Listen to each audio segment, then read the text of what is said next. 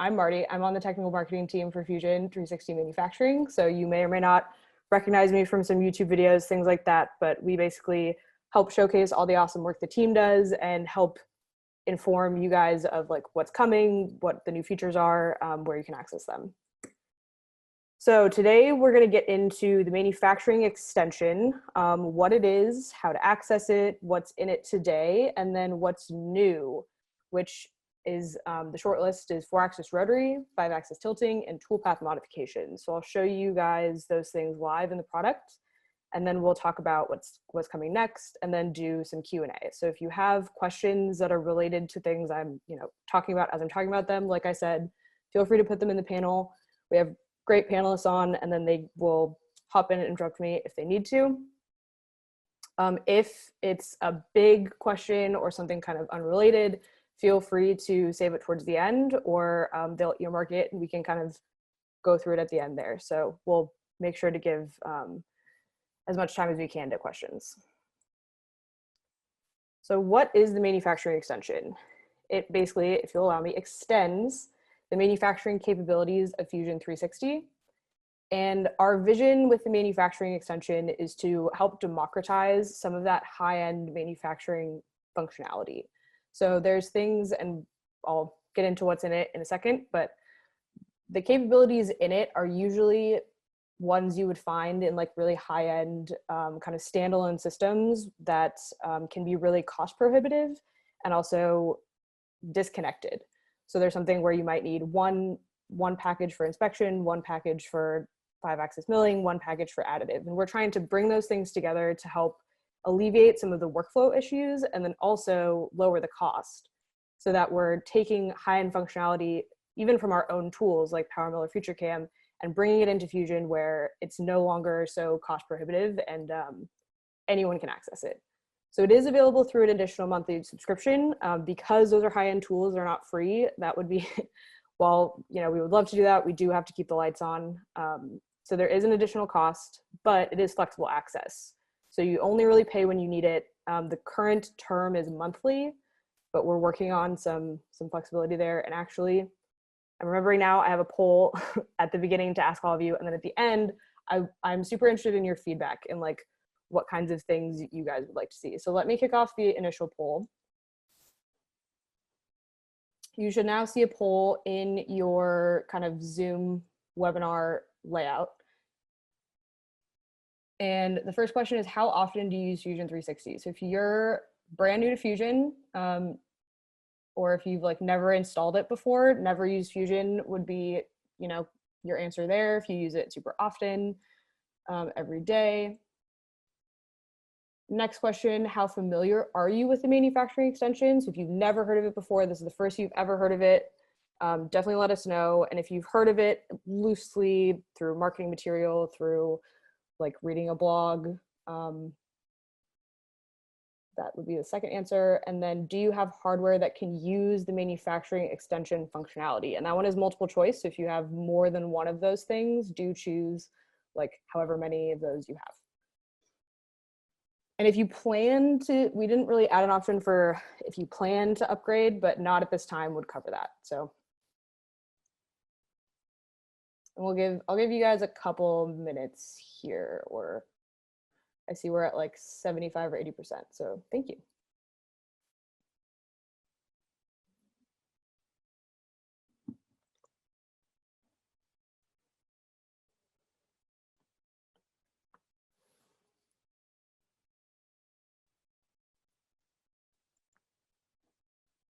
Really good split, or like pretty even split across how often everyone uses Fusion, which is pretty interesting, with never using Fusion as the least. So good to know. About 10% of you have used functionality in the extension before. That's awesome. And about a 50-50 split on either having heard of the extension or not having heard of the extension. It looks like about half of you do have capability that could use the extension functionality. So awesome, really good to know. And someone asked in the Q&A if we're muted. Yeah, all of you will stay muted throughout the presentation just to help with like background sounds and things like that, because there are going to be probably over 100 of you the entire time. So it's just a little bit disruptive if everyone's talking at once. No worries. Okay, cool. I'll give 30 more seconds to get any last answers in, but it looks like we're kind of petering out on the survey.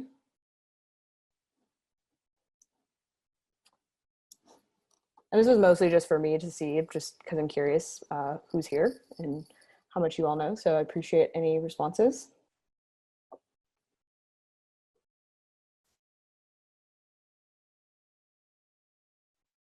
All right, I'm going to close it out and we'll hop in.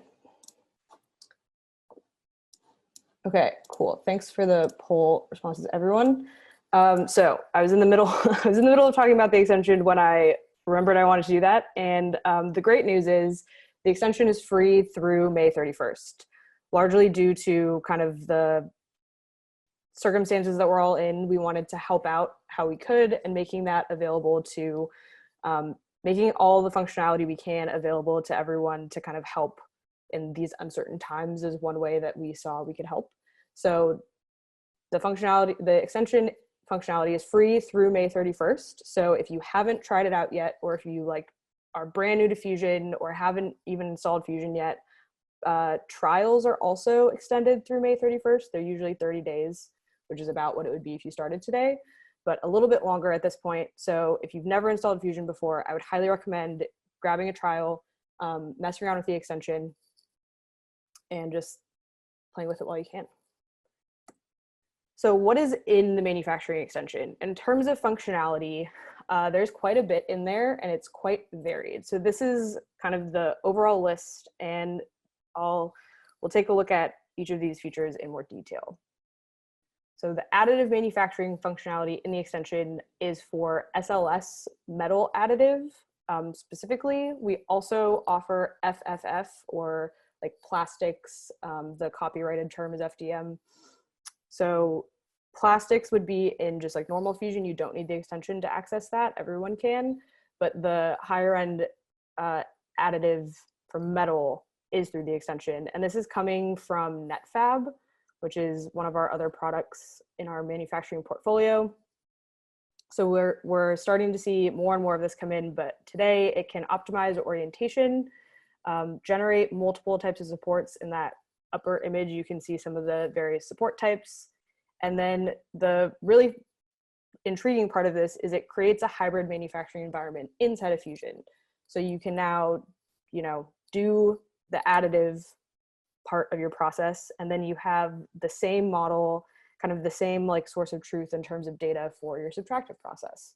So you're not having to, switch between file formats, switch between products, do kind of these like lossy data transfers, especially when you're working with additive, where a lot of what it uses is an STL, which is just like not a great format in terms of maintaining data integrity. So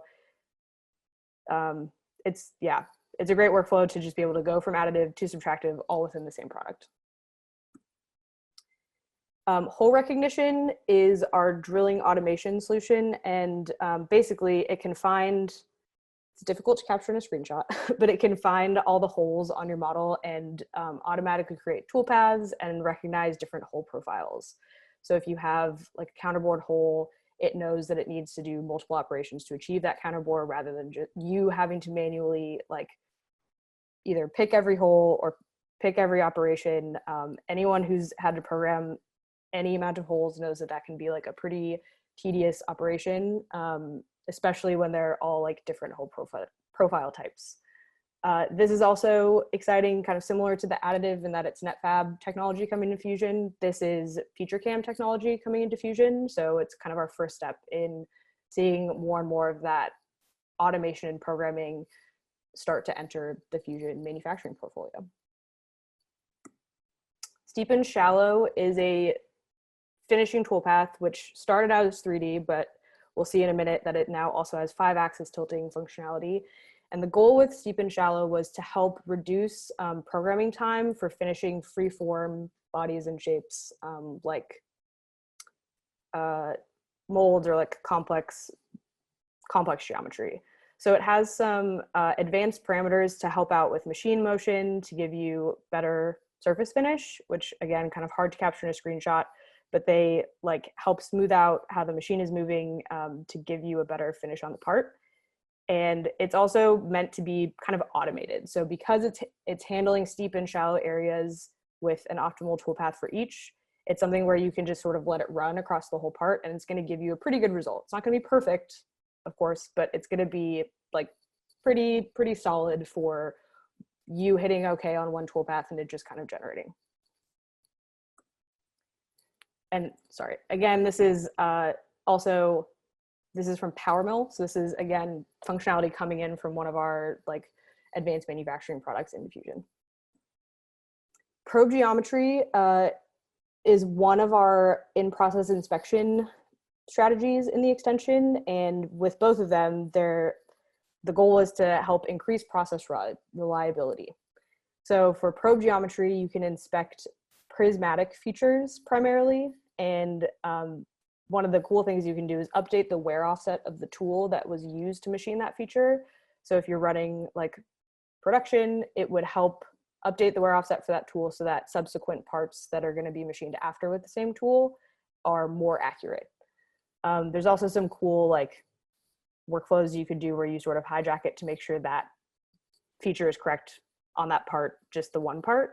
But the point is to help increase process reliability for multiple parts that you're doing or the single part and help reduce scrap and then catch things early. So if something's like out of size or out of position, you know right away rather than just like walking away from the machine, coming back and something's just like horribly wrong. So helps increase that automation again. And again, this is coming in from Power Inspect, so another one of our advanced manufacturing tools. Similarly, but a little different, is surface inspection. So the way probe geometry was for prismatic features, surface inspection is for freeform shapes. And you can definitely use surface inspection on flat surfaces. It doesn't care, but it can also do like more freeform objects like big molds or something where you want to make, you have tight surface tolerances, but it's a funny shape. It can go in and inspect those surfaces, generate an inspection report, and then also load back in that data and show you on the CAD model, like where there's something in tolerance, out of tolerance, and then how it's out of tolerance. So is there too much stock? Is there too little stock? And then this pairs well with something that's coming, which is part alignment, to help when you see that there's an issue, how can you like potentially readjust the stock to like mitigate those problems? And again, if you're machining some very long job, this is great for checking on it halfway through, so you don't like waste all that time machining something that you know when you could have caught a problem like super early on in the process. So here's where we're going to spend most of our time in today's webinar, is on what's new. So this is all functionality that was released, I think in April. Well, we're in April now, but in the April update, so a couple weeks ago. And this is where we'll spend most of our time in the product and then talking about future plan development for these things. So feel free to ask questions on any of what was just talked about, but this is where like questions on this we'll definitely be able to answer. So the first thing is 4-axis rotary, which is Fusion previously had like wrapped toolpaths where you could take a 2-axis toolpath and wrap it to wrap it around a cylinder, I guess. But now we have 4-axis rotary, which can machine kind of like freeform shapes where there's a center of rotation. So it's not a revolve profile per se, but it can adjust as it's like rotating around the center axis.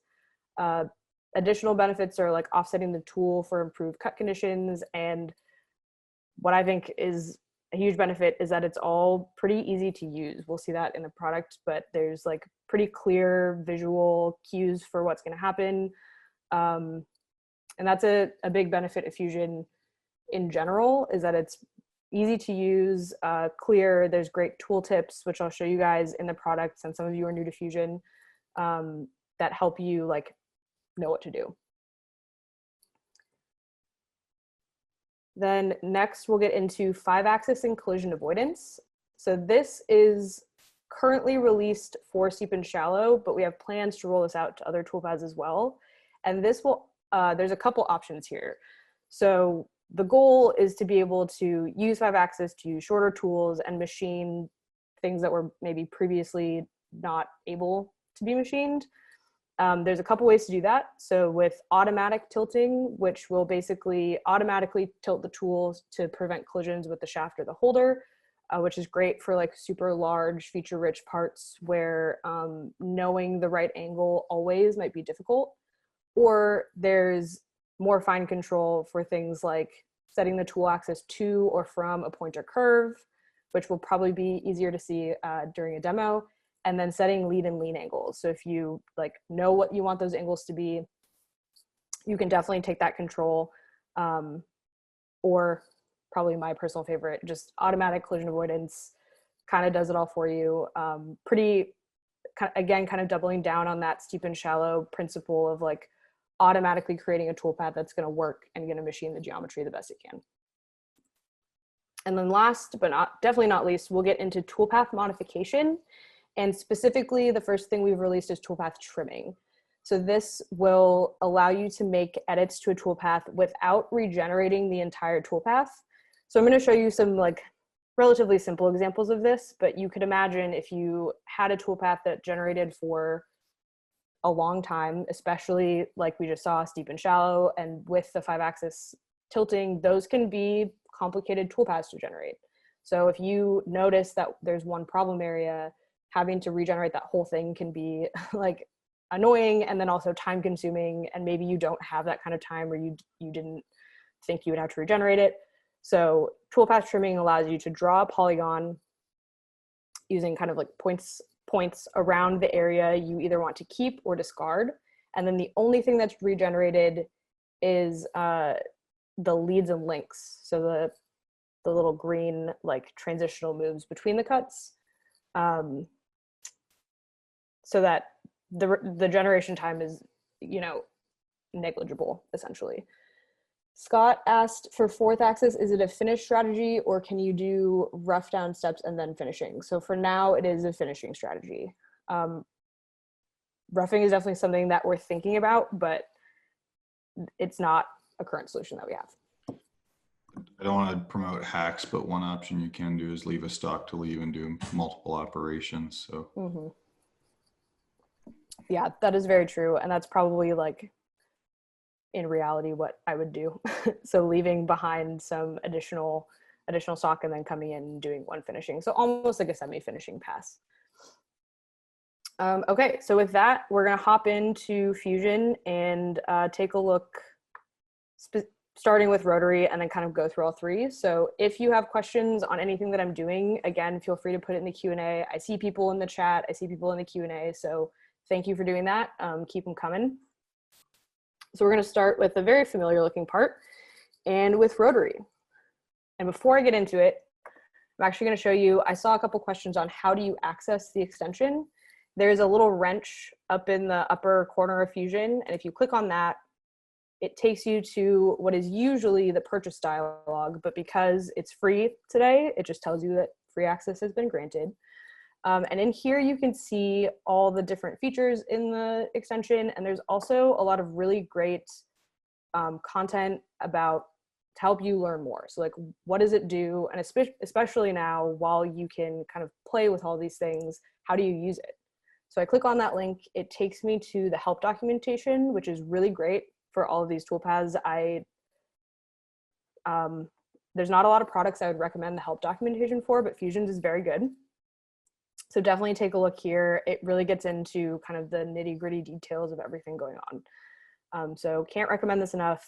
Do click all those links. And then usually this is where you would subscribe, but like I said, for now, it is free.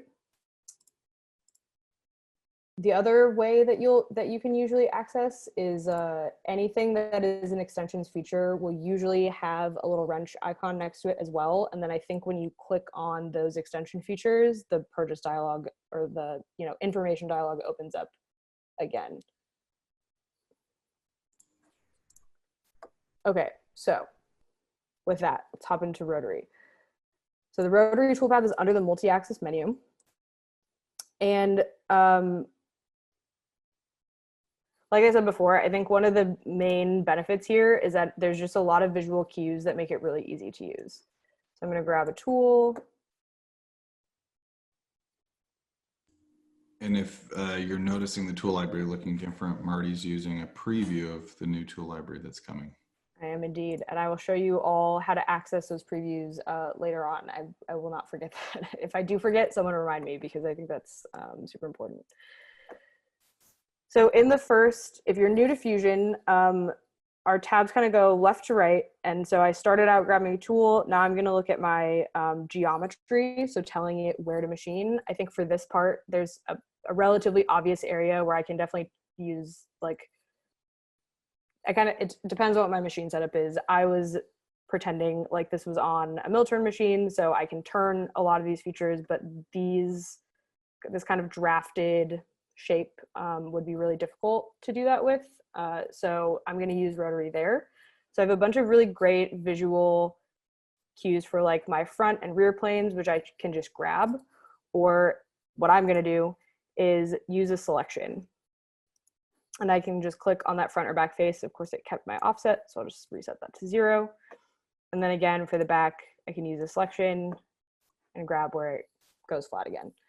So really easy, easy to get started. And just to show you guys what a tooltip looks like, if you hover over any kind of input box or option, there's usually a pretty good visual and then a text description of what's going on. The offset value is probably not going to be the most exciting, but we'll see some better ones as I keep going. So just setting the front and the back is going to be enough for now. And then if I go to the passes tab, this is where I can do things like set how I want the tool to go about cutting. So in this case, I'm going to reduce my step over quite a bit. And for rotary, I have 3 different pass types. There's a great tooltip for this, where the tool is going to go about cutting the material differently. And these are good for different types of geometry. So spiral is going to go in a continuous spiral down the part. Great, because the tool is not, you know, disengaging and re-engaging with the material, but you could see some maybe issues where if there was a big like change in radius, a sudden change in radius, the spiral is going to kind of jump up that. So that might not be the best option. And then the line is going to run up and down the axis of the part. So that would do a much better job with that kind of big change in diameter, for example. And then circular, just like spiral, but it's going to do distinct circular passes. So we'll just generate a spiral just to kind of see what that looks like and see how quick it is.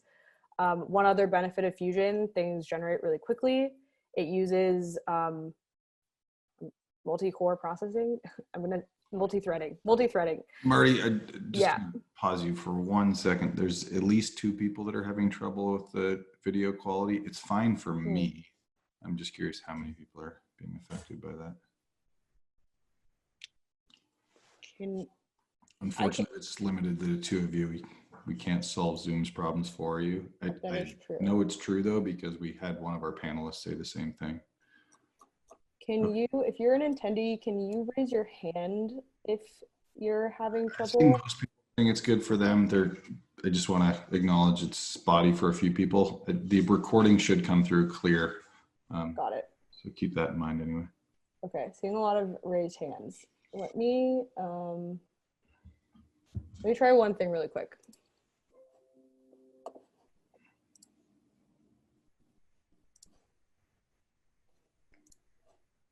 Yeah, it seems like maybe half a dozen people had an issue. This is clearer for me now. It wasn't blurry before, but it's definitely clearer now. Okay, let's try that for now. And if we see more issues, okay, looks like that was better for a lot of people. Yeah, thanks for stopping me.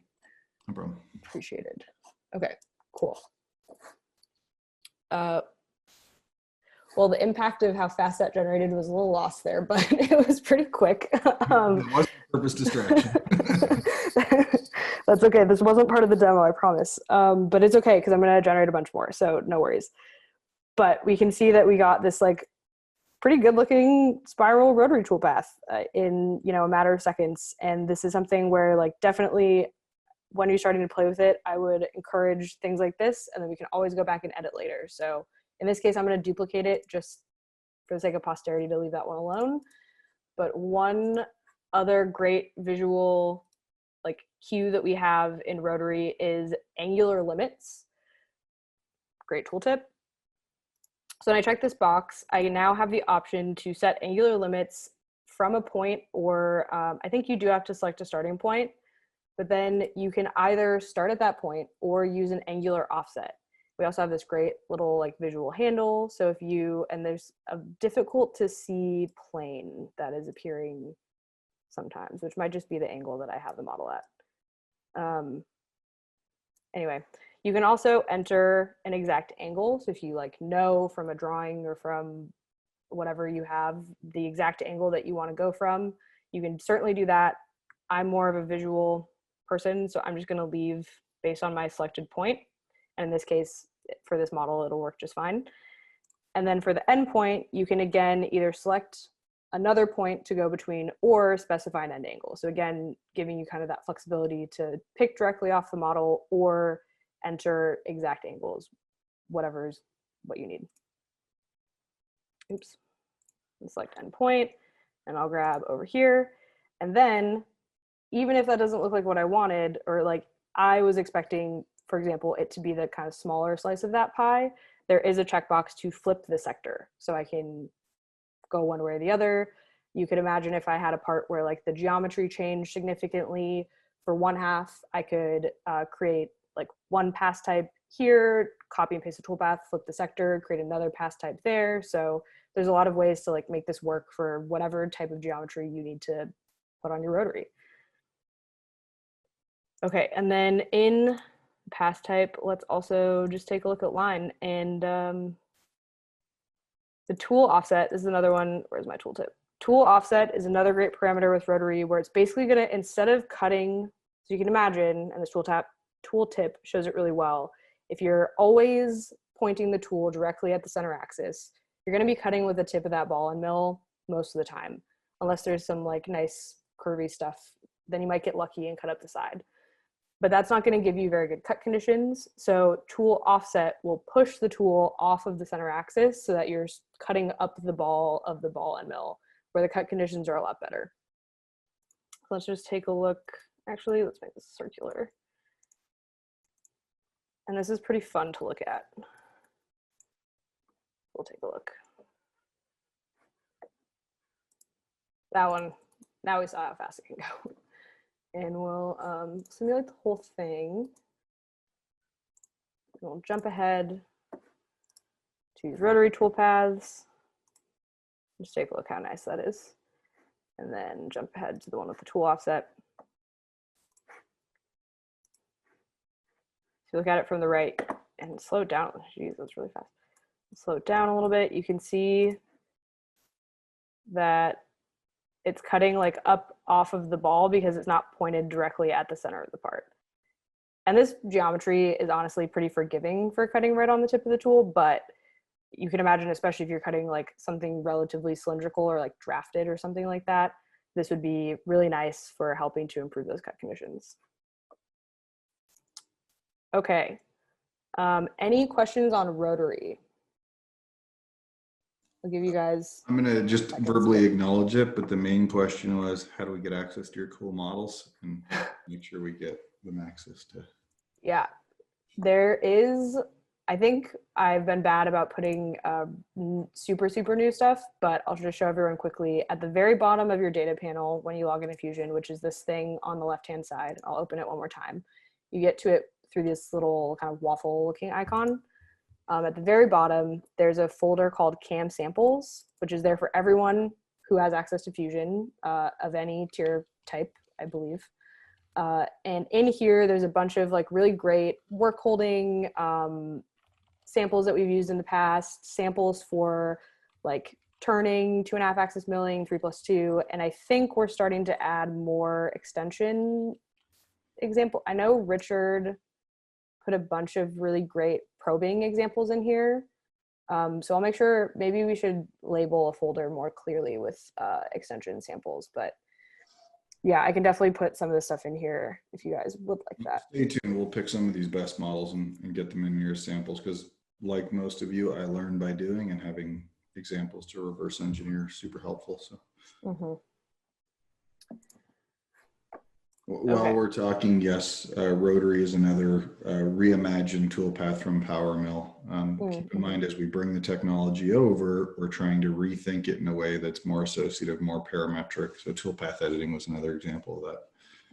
Yeah, and I see a couple questions, and maybe Al, you can speak to this a little better than me on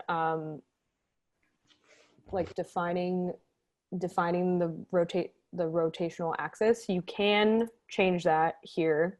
Yes. And right now it's easiest to change it to something that's been selected in the setup, but I think it's also pretty flexible in what you choose. Yeah, obviously if you pick something other than what's picked in the setup, it's most likely no longer a 4-axis toolpath. It's going to be a 5-axis toolpath. So if you want, if it's going to be a 4-axis, it needs to be aligned to your rotary axis, which is typically going to be along the X, Y, or Z axis, which is why those are default selections. You can pick a different axis, but now you're outputting 5-axis code. Right, exactly. And we have some pretty good examples that are doing that, where like it would definitely not be a 4-axis toolpath anymore, but you could use this and then generate this toolpath and then cut it on a 5-axis machine. So you do have that flexibility, but yeah, like Al said, and make sure that your machine, called the rotary toolpath and not the 4-axis toolpath. Right. Make sure your machine can do whatever it is that you're creating in Fusion first, I guess. Okay, cool. I'm going to move on then and we're going to hop into some 5-axis stuff. So I'm going to go a little bit out of order here and not start exactly with automatic, and instead start with some of the to and from curve and point. This again is coming in from PowerMill. This is brand new to Fusion, so it was kind of new to me, and it helped me to see some examples like this. So I have some kind of pre-baked examples. The one caveat to a lot of this multi-axis is that it does take a bit longer to generate. So while Fusion is, screaming fast for a lot of toolpaths, these are complicated. There's a lot of background calculation going on. So they do take, we'll get to the automatic one, and I think it took like 12 minutes, which I'm sure is not long by industry standards, but is long for like demoing live and also by like Fusion standards, I guess I would say. So let's start with from curve. So I have sketch geometry that is the curve that I've selected, and we'll open up this, this toolpath really quick just to show what that looks like. So the new tab inside of Steep and Shallow that is going to drive all of these multi-axis tilting parameters is the tool axis tab. So before, I think I showed you guys, we have the 5 tabs, they go in order. This is now our 6th tab. So this is something that we'll start to see come into other toolpaths, but today is in Steep and Shallow. And this is where you'll be able to adjust how the multi-axis is being calculated. So in our primary mode, there's 6 options, and I'll come back to this in a minute or in subsequent demos, but for now we're looking at to and from, point, and curve. And when you pick one of these options, you then have to pick either the guiding point or the guiding curve, which will define where the tool axis is pointing. So in this case, when I'm going from the curve, the tool, you can imagine it kind of like hinging on it, for example. Like the tool axis will always kind of go back up and intersect that curve at some point. I have a straight line because this part it kind of works for this part, but you could also have a more complicated curve if you have more complicated geometry. There's a bunch of other parameters in here that we'll get to in a minute. Cancel, this doesn't override my geometry, and then we'll go in and simulate. So this is easiest to see when we get a little bit down into the part, but you can kind of see how the tool axis is more or less always pointing through that curve that I've selected. And it is a cavity. So I think I've found in my experience, and anyone feel free to chime in with other rules of thumb, but the from curve, where it's pointing away from the curve, tends to be good for like concave parts. So like a mold cavity would be a good example. Something where the tool needs to kind of always be pointing out, I guess. And then that curve helps it elongate that shape. So it doesn't necessarily need to be, and I guess you could also have it be more of an actual curve. So if it traveled and like swung around a certain way, you could draw your curve that way. And then the convex shape is going to be handled with the from, and then the curve can sort of drive how it moves along the geometry. Hopefully that'll make sense. Okay, and then on the other side, we have to curve. So this is similar, but kind of the opposite, where it's now a convex shape. So like a mold core where it's coming like up and out, and then the tool is always going to point towards the curve, which in this case is down at along the bottom of the part. And we'll simulate this as well. And again, kind of helps to skip a bit ahead. Again, you can see it's pointing pretty much at all times towards that curve at the bottom there. And it is doing a pretty good job of like interpolating across the sides, but again, resuming, pointing at that curve the whole time. There's also a couple of cool things in simulation just to point out quickly while we're here for multi-axis, like showing the tool axis on the toolpath, which I'll pause really quick. But you can see these little yellow lines are at each point.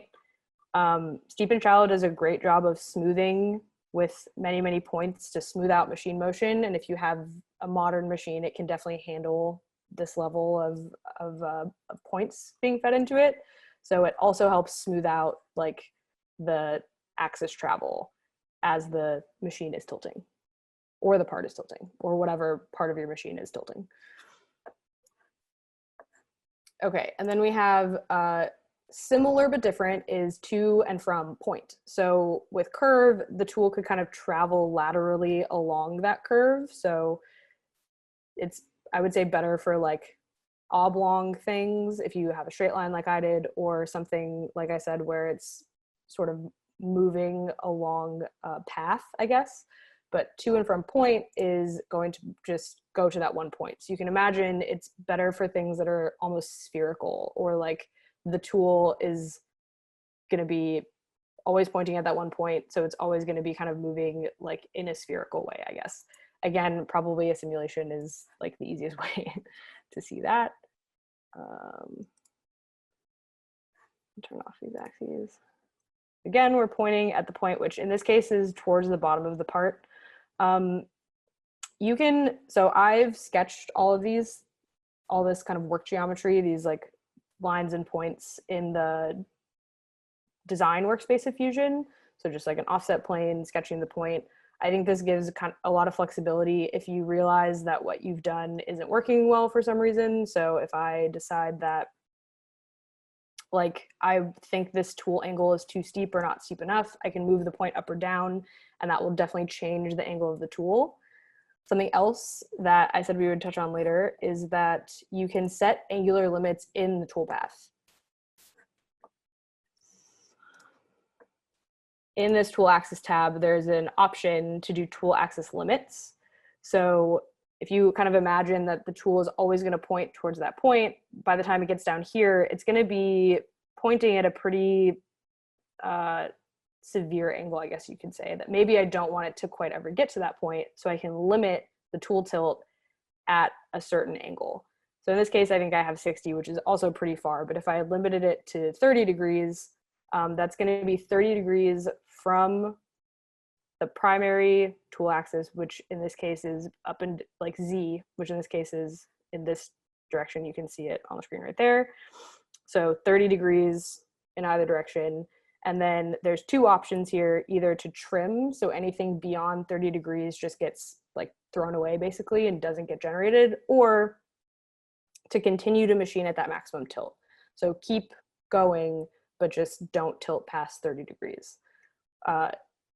There would be no like collision avoidance at play here, so it would just kind of keep going, and then you would need to take a look at the stock simulation and make sure that didn't cause any downstream problems. But this is nice for like limiting the machine motion, so it's not just tilting crazy everywhere. And then in this case, like the cut conditions are going to be pretty good. We're up off the ball, so I'm fine with that to limit the limit the angle there.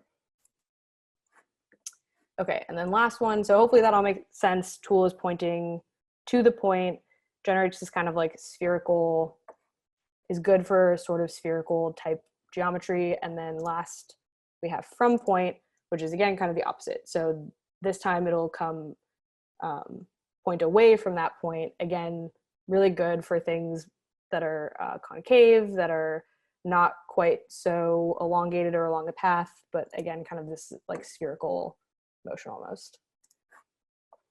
And we'll skip ahead a bit. So you can see it, the tool axis intersecting that point pretty much at all times as it's like moving around this part.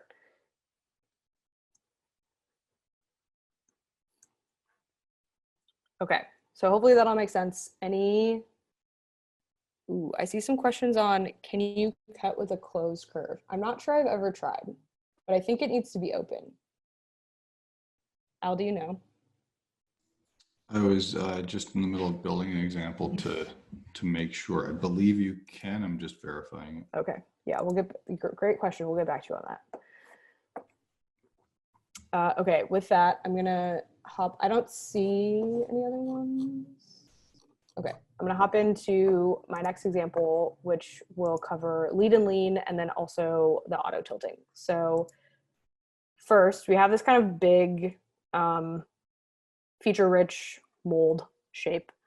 For the lead and lean, we're going to focus on two areas in particular. Oh no. Which I thought I had turned this off for, but I guess I did not. Let's do it really quick. So for specifically this area, which is a bunch of flats, I don't think they're actually flat, but they look pretty flat. There's like a little bit of a draft angle going on the whole thing. And then this kind of top like center part where if you can imagine if you were just using like a 3-axis toolpath, when the ball gets to that like top of the part, it's going to be cutting with the tip and you might get this kind of like smushy looking top where the tool ends up basically just like smushing material out of the way rather than actually cutting it. So it's definitely not going to be as nice as the rest of this big mold where there's lots of drafts and like you're cutting on the ball. Dang. So again, pretty quick. So we'll take a quick look at what this looks like. This is just 3-axis, no tilting at all. And there's definitely like, it's fine. It would be fine, but you're cutting with the tip of the ball a lot. We can definitely do better. And this is a great example of like how lead and lean is really nice, especially when you're in this kind of not complicated like thought process of, I just want to tilt the tool a little bit this way and a little bit that way. And I know there's not going to be any downstream collisions. So we'll go in and edit this. And again, in our tool axis tab, set the primary mode to lead and lean. And now we get lead and lean angle control. So the lead angle, see if I get a tooltip here, is going to go tip the tool around, like in the direction of travel. So either forward as it's moving forward or backwards as it's moving forward. And I think it's a positive or a negative that drives whether it's lead or lag. So I'm going to make this positive, I think 15, just for the sake of demoing. And then the lean would be around the direction of travel. So either left or right.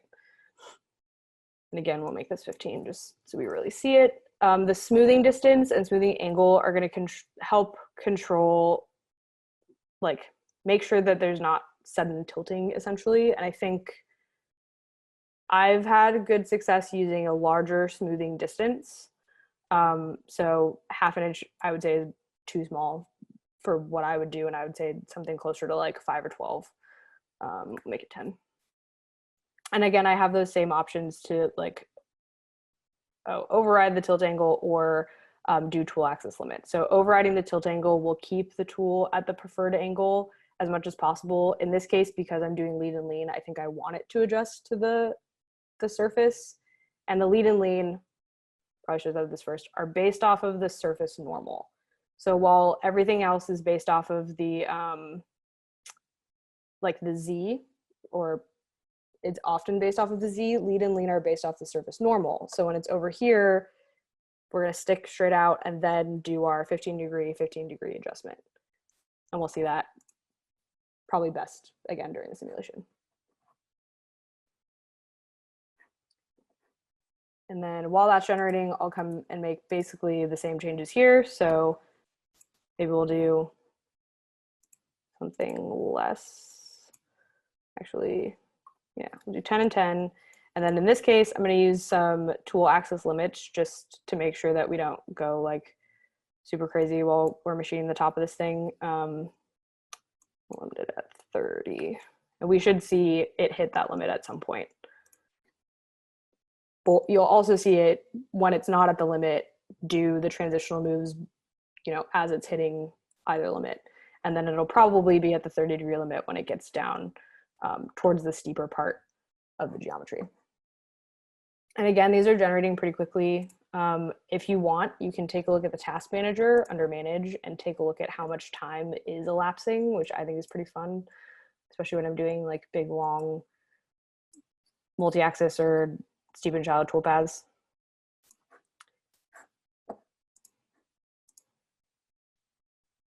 And of course I timed them all yesterday and they were like 45 seconds. So that was a little longer. It's probably Zoom. Okay, so when we simulate this guy, we'll see that lead and leg angle. And again, these are going really fast. Turn it down a little bit. Let's get to the middle.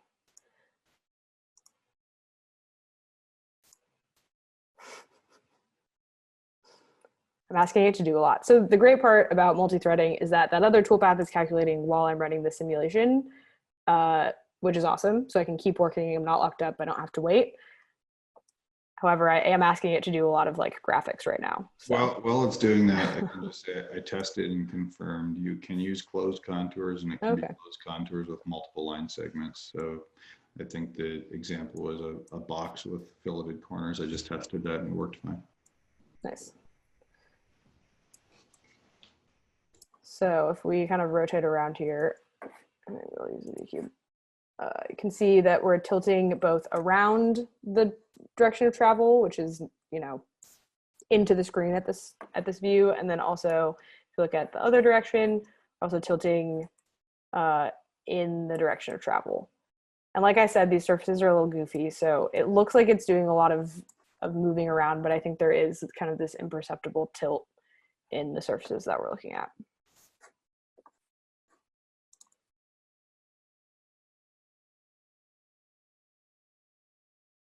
Okay, and then we'll look at this top center toolpath as well.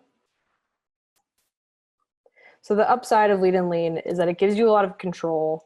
The kind of downside, so to speak, is that it can be difficult. I think it's difficult. Maybe it's just because I'm not as used to it, but I think it can be difficult to kind of imagine how the tool is going to respond to the surface normal at every point across however many complicated surfaces you might be doing.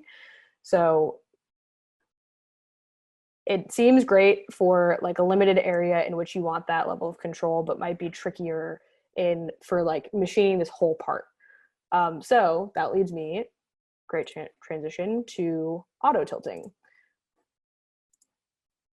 And I did generate this ahead of time. Like I said, I think it took like 12 minutes, which all things considered is really not that bad.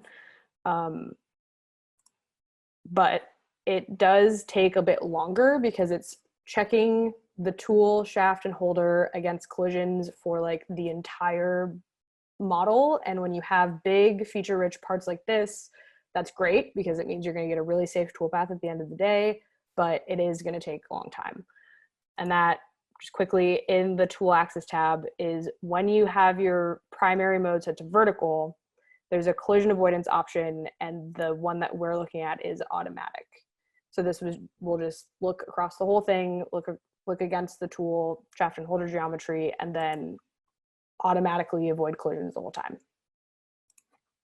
And we'll just quickly take a look at a little simulation of this, but it's basically going to tilt the tool. Some of you are going to notice that like I definitely have this little tiny tool that's getting like way down, you know, where the head of the machine would certainly be in the way. And what I would do in Fusion today is like model up the machine spindle or the head as part of the tool holder, and then it would check against that geometry.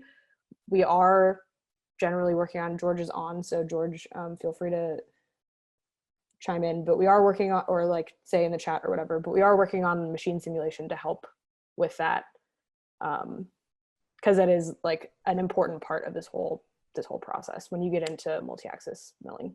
We could have a long conversation about machine simulation. Yeah.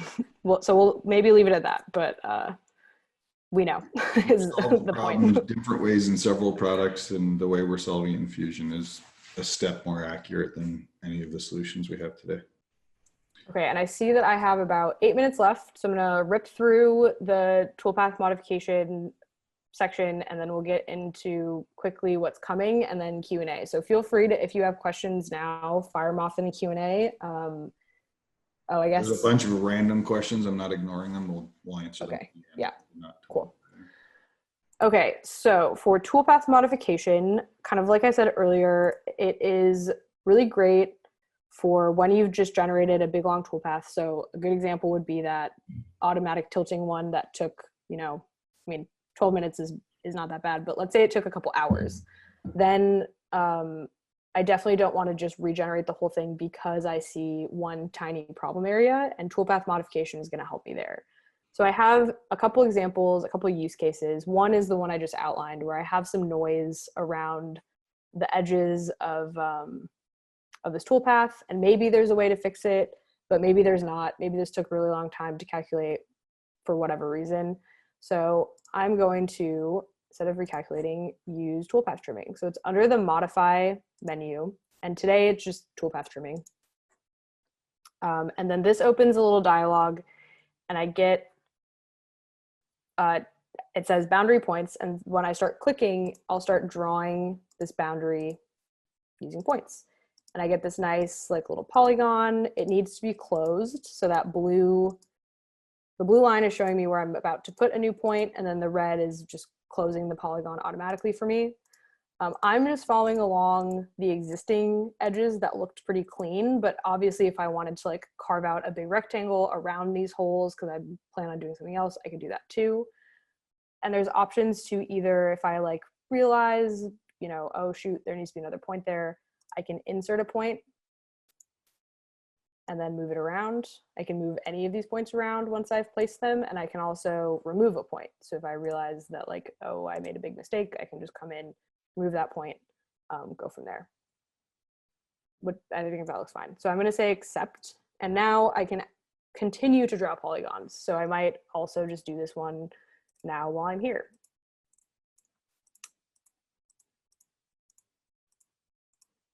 Go really fast. And then when I accept this one too, now I have the option, oh boy, I think this will be good enough, to keep either the inside or the outside. So if I kept it the inside, it would keep only these weird little bits of noise and throw everything else away, but I'm gonna keep the outside. So I'm just gonna trim away whatever is inside those polygons, click OK. And then in a matter of, you know, a couple seconds, it's going to chop off those blue lines that I trimmed and regenerate the leads and links, which are the green and yellow, like transitional moves between the cuts. So it looks way cleaner.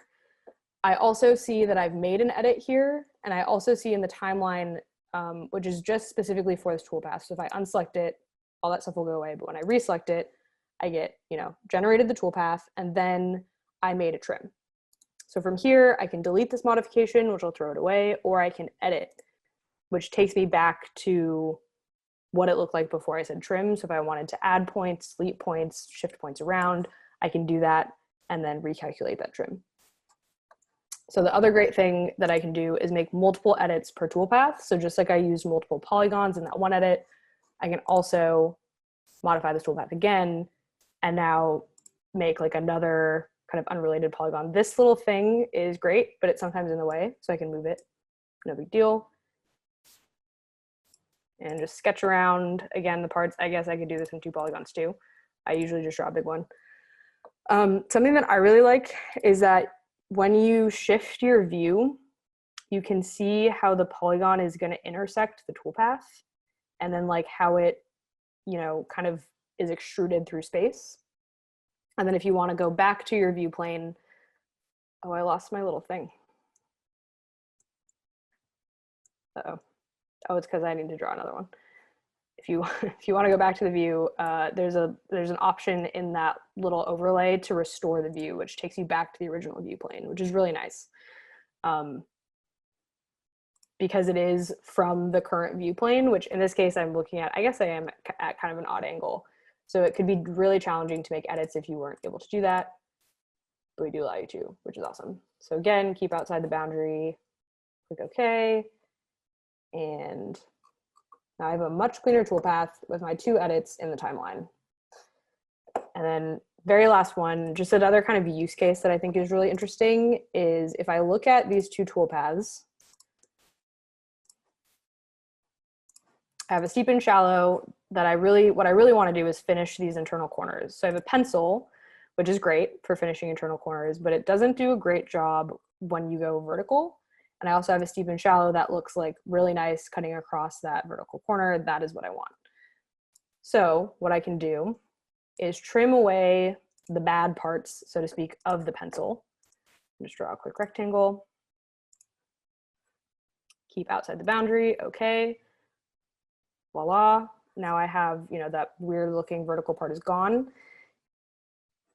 Regenerated my leads and links, and now I can take that steep and shallow. I'll actually use the visibility to see the pencil because I want them to probably overlap a little bit. And then I'll trim the steep and shallow so that it's only in this corner and I have a little overlap with the pencil, but now it's just going to be, you know, like at the internal corner where I really care about. I don't need to waste all this time machining things that have already been machined.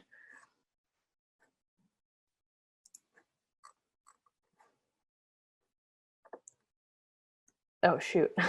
But that's okay because I can edit it. And this time I want to keep it inside the boundary. There we go. So the question was asked on the chat about, did this come from PowerMill? And I'd answered on the chat, but this Marty making a change is a good example of how the concept of toolpath editing and the team working on it and how we interact with the kernel, to be honest, did. But how we've implemented in Fusion is different in a way that it's associative, it's parametric, and you'll see in the what's coming how we're going to build off of this in ways that we couldn't do things in PowerMill. Yes, and that is a great transition into what's next. So let me show you quickly how to do this through the product. In your Fusion, in the upper right hand corner, there's your name. And then when you go to preferences, there's a bunch of really great stuff in here. This is how you do things, especially through the manufacturer section, like enable cloud libraries. You can sort of personalize what's shown in your browser, but the main thing is the preview features section, where you can enable and disable previews for all of Fusion. So general would be things like any CAD or edit in place, which is awesome, and I highly recommend you check that out too.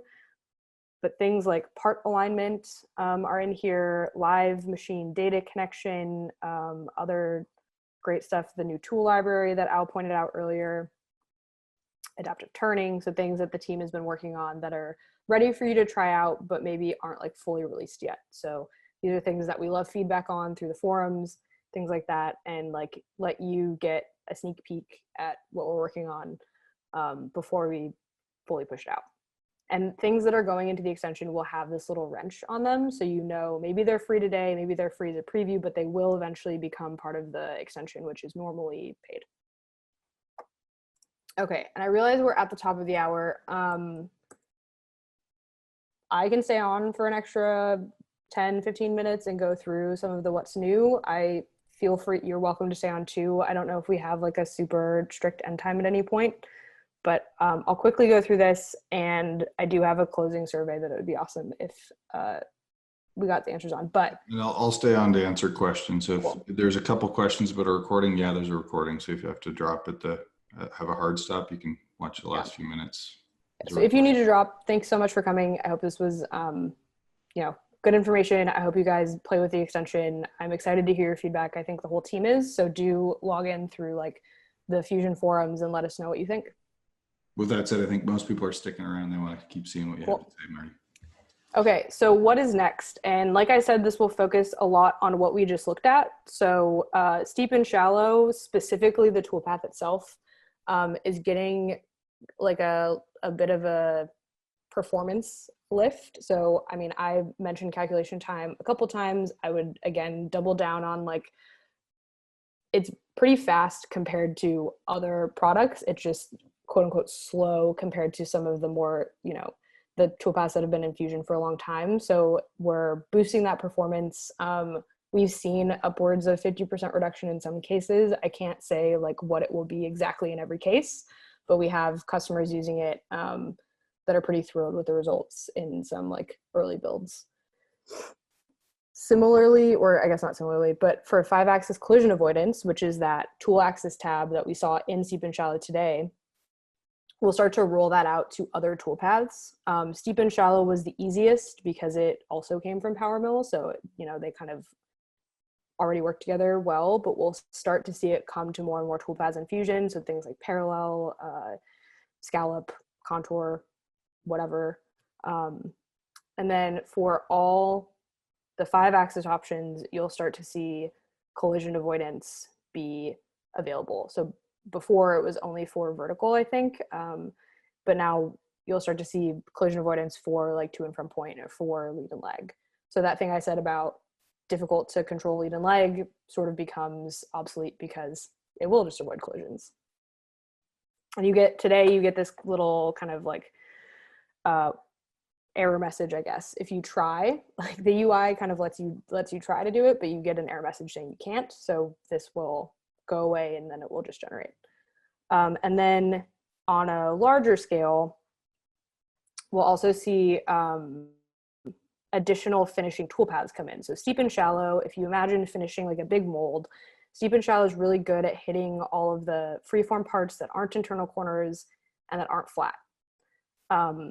So I left out the version of this mold where those areas are highlighted, but what we will start to see, or what we're working on next, is toolpaths to finish the other areas of the part. So those internal corners, pencil is the closest to what we have today in Fusion, but it can only do 3-axis and it has some kind of underlying issues.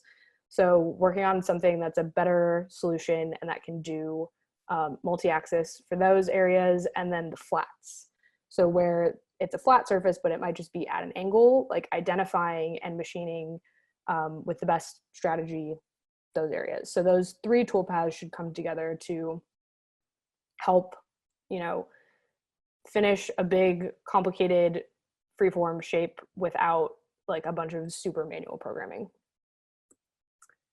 For toolpath modification, today the options were inside or outside of boundary, but we're planning to add a third, which is in and out.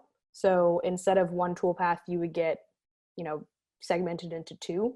So it would like split it, I guess, or subdivide it, which is really great. Especially one example I think is good is if you have a big part and then one like deep area, you might want to trim out that deep area so that you can use a short tool for most of the part, but a big long tool for that one area where you need it, rather than using a big long tool over the whole part where you might have more chatter. You risk breaking that tool when you really only need it for the one area. So the subdivision will be great to have. And then we're working on select and delete toolpath segments, which is this other image where there's like a box selection. Everything that's pink inside that box would be the selected area, and then you could just delete that selection. So there's a bunch of really good benefits there, but just being able to grab whole chunks without having to like go in and draw a polygon. And then there's other ways to select segments that aren't just a straight up box selection, but that's, you know, one of the biggest ways to make that edit. And then like Al said, making all of these edits as associative and replayable as possible. So one other benefit of Fusion, it's really easy to use, and another great thing is it's often extremely associative to the model. So if you make a model update, downstream your toolpaths update pretty seamlessly. That's not always common in standalone CAM systems or other CAM systems. So it's something that we strive to have with all these strategies, and toolpath modifications are one of those. And they offer a new challenge because modifying a toolpath after that way is like definitely unique, and definitely something that making it replayable, making that timeline be able to regenerate is a challenge. So something that we'll work on for sure. And modifications to roughing toolpaths, which I think is like, if you imagine, our roughing toolpaths are great because they keep the tool from getting overloaded because of the specific way that they go about roughing it. So if you start making modifications to that toolpath after it's generated and the algorithm doesn't know, then we can't guarantee that it's keeping the load even, if that makes sense. So how can we do both? How can we let you make modifications or limit the modifications in a certain way to make sure that that toolpath is safe, which is always our primary goal, but also let you modify it. So a tricky problem. I'm not sure that we know what the solution is quite yet, but it's something that we're thinking about. And then finally, but definitely last but definitely not least, is 4-axis limiting of 5-axis strategies. So you'll see under the tool axis limits, for example, instead of just setting it at a certain limit, also being able to limit any strategy that you generate in multi-axis to just 4 axes. So you'll lose potentially some of the, you'll definitely lose some of the motion because you need to limit it to 4 axes only. But that's great if you have only a bolt-on rotary or like only a mill turn machine, being able to use many, many toolpaths rather than just rotary or just wrap to drive that machine. Okay, potentially the most important slide in the whole presentation, where to learn more. So Bryce has all these links. I think he's gonna dump them into the chat. Perfect. So there's a couple in there that were from the preview slide where Richard, one of our process specialists, did excellent tutorials on how to use that functionality. So you can kind of get up and running with it while it's in preview, which is great. And then the other places I will point you are the extensions page. And I know I have a QR code on a slide, but if you point your phone camera at it, especially if you have an iPhone, it should just open that link like in Safari, basically. So feel free to do that. Or like I said, Bryce has put the link in the chat. And then the other place I'll direct you is YouTube, where we're rolling out tutorials for this new functionalities like multi-axis milling, connecting live connection to the Haas Classic control. And then there's other just like really great getting up and running with CAM content on there too. So like, how do you do a contour selection, learning about post-processor properties, plenty of great content on YouTube. And then last but certainly not least is the help documentation, which if you go through the extensions dialog, that learn more link will take you there the way that I did earlier. But this link will also take you to just like the top level. And there's a bunch of great stuff in there. There's a bunch of great stuff on design. There's a bunch of excellent stuff on manufacture, tutorials for if you're like just getting started. And then I think I